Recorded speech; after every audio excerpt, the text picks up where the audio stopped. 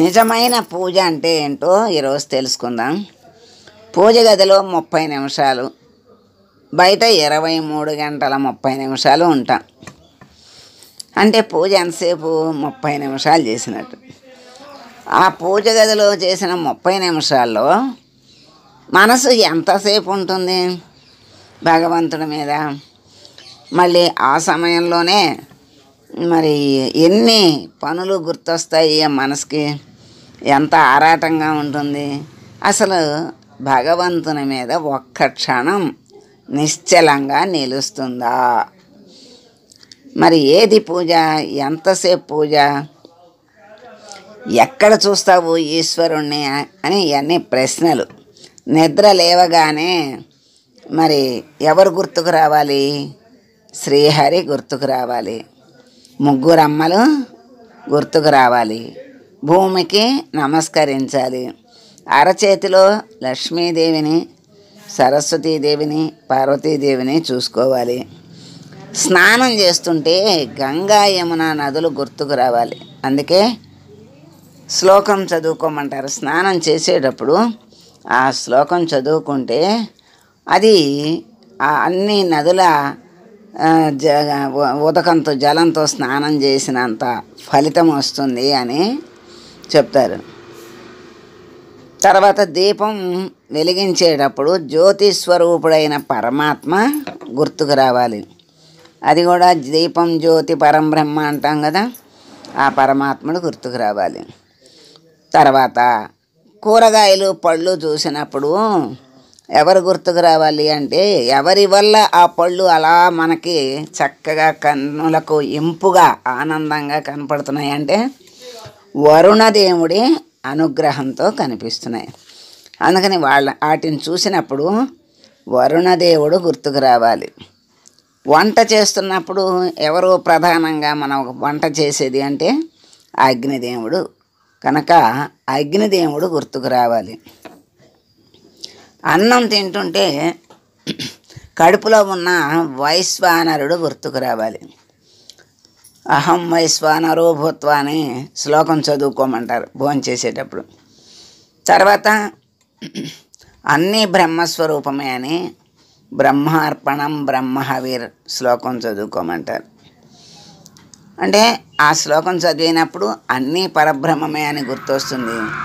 ఈ శ్లోకం చదివినప్పుడు లోపల ఉన్నటువంటి వైశ్వానరుడికి మనం ఆహారాన్ని సమర్పిస్తున్నాం, నైవేద్యం పెడుతున్నాం అనే భావన వస్తుంది. మంచినీళ్ళు త్రాగేటప్పుడు జల రూపంలో ఉన్నటువంటి శివుడు గుర్తుకు రావాలి. మరి ఊపిరి తీసుకునేటప్పుడు ఊపిరికి ప్రధానం ఎవరు? ఏ దేవుడు? వాయుదేవుడు. వాయుదేవుడు గుర్తుకు రావాలి. వాయు రూపంలో ఉన్నటువంటి శ్రీకాళహస్తీశ్వరుడు గుర్తుకు రావాలి. అక్కడ వాయులింగం కదా, అందుకని వాయువు గుర్తొచ్చినప్పుడు ఆ వాయులింగం కాళహస్తీశ్వరుడు గుర్తుకు రావాలి. వృద్ధుల్ని చూసినప్పుడు జీవితం యొక్క పరమార్థం గుర్తుకు రావాలి. అంటే ఈ వయసు వచ్చేసింది, ఈ వయసుకి మనం ఏం చెయ్యాలి, ఇప్పుడు ఏం చెయ్యాలి, ఇప్పుడు దాకా ఏం చేశాము అనేవి గుర్తుకు రావాలి. మరి పసిపిల్లల్ని, అందమైన స్త్రీలని చూసినప్పుడు ఈశ్వర మాయ గుర్తుకు రావాలి. అంటే పసిపిల్లలు భగవత్ స్వరూపంతో సమానం అంటారు. అలాగే స్త్రీలను చూసినప్పుడు కూడా ఆ అమ్మవారు గుర్తుకు రావాలి. అదే గొప్ప విషయం. మరి అంటే ఆ ఈశ్వరుని యొక్క మాయ మనల్ని పక్కకి తప్పిస్తూ ఉంటుంది. ఆ పక్కకి తప్పుకోకుండా, ఆ మాయలో పడకుండా మాయ నుండి తప్పించుకోవాలి. మాయ తెర తీయాలి. అప్పుడే పరమాత్మ దర్శనం అవుతుంది. కనిపించే ప్రతి స్త్రీలో ఎవరిని చూడాలి అంటే అమ్మవారినే చూడాలి. అమ్మవారే గుర్తుకు రావాలి. విశ్వాన్ని చూసినప్పుడల్లా ఎవరు గుర్తుకు రావాలి అంటే విశ్వనాథుడు గుర్తుకు రావాలి. అంటే విశ్వానికి నాథుడైన ఆ పరమాత్మ గుర్తుకు రావాలి. ఇంత విశ్వాన్ని ఎలా నడిపిస్తున్నావు పరమాత్మ అనుకోవాలి. అంటే ఆ పరమాత్మ గుర్తుకొచ్చినట్టు. నిద్రపోయేటప్పుడు స్వల్పకాలిక లయం చేసే పరమశివుడు గుర్తుకు రావాలి. నిద్ర అంటే మన లయం, అక్కడ ప్రతిరోజు జరిగే లయం ఏమిటి అంటే నిద్ర. ఆ నిద్రలో మనకు ఏమీ ఉండవు, అన్నీ లయమైపోతాయి.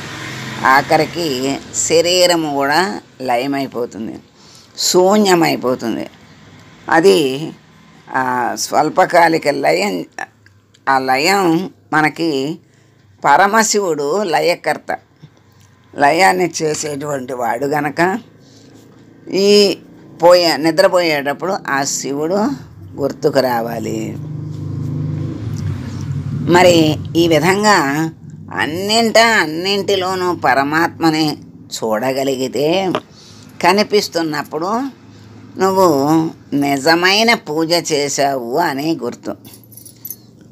అంటే అక్కడ కూర్చున్నప్పుడు మనసు నిలవదు, అనేక పనులు ఉంటాయి. ఆ పూజ మరి నిజమైన పూజ అంటే కాదు. ఎందుకంటే స్వామిని కాసేపు కూడా, క్షణం కూడా నిశ్చలంగా చూడలేని పూజ కాదు. నిత్య జీవితంలో, దైనందిన జీవితంలో చేసే పనుల్లో ఆ పనికి కారణమైన పరమాత్మని మనం గుర్తు తెచ్చుకుంటూ ఉంటే అదే నిత్య పూజ, అదే అసలైన పూజ అని. అప్పుడు అనుక్షణం పూజ చేసినట్లే, అరగంట కాదు, 23 గంటల 30 నిమిషాలు పూజ చేసినట్టే. అలా ఆ విధంగా నిజమైన పూజని చెయ్యాలి. అటువంటి స్థితికి రావాలి. అటువంటి స్థితికి రావాలి అంటే సాధన చెయ్యాలి. మనకు అప్పుడప్పుడుగా ఏదీ రాదు అంటే అసలు రాదు. మనం దాన్ని పట్టుకోవాలి అనుకుంటే సాధన చేస్తే సాధ్యం కానిది లేదు అని చెప్పారు గనక సాధన చేసి సాధించుకోవాలి అని. అప్పుడు నిజమైన పూజ ఎల్లప్పుడూ నువ్వు చేస్తుంటే పరమాత్మ అనుగ్రహానికి పాత్రులవుతారు. ఆయన చక్కగా అలా ఆయనలోకి లాగేసుకుంటాడు. సర్వం శ్రీకృష్ణార్పణమస్తు. సర్వే జనా సుఖినో భవంతు.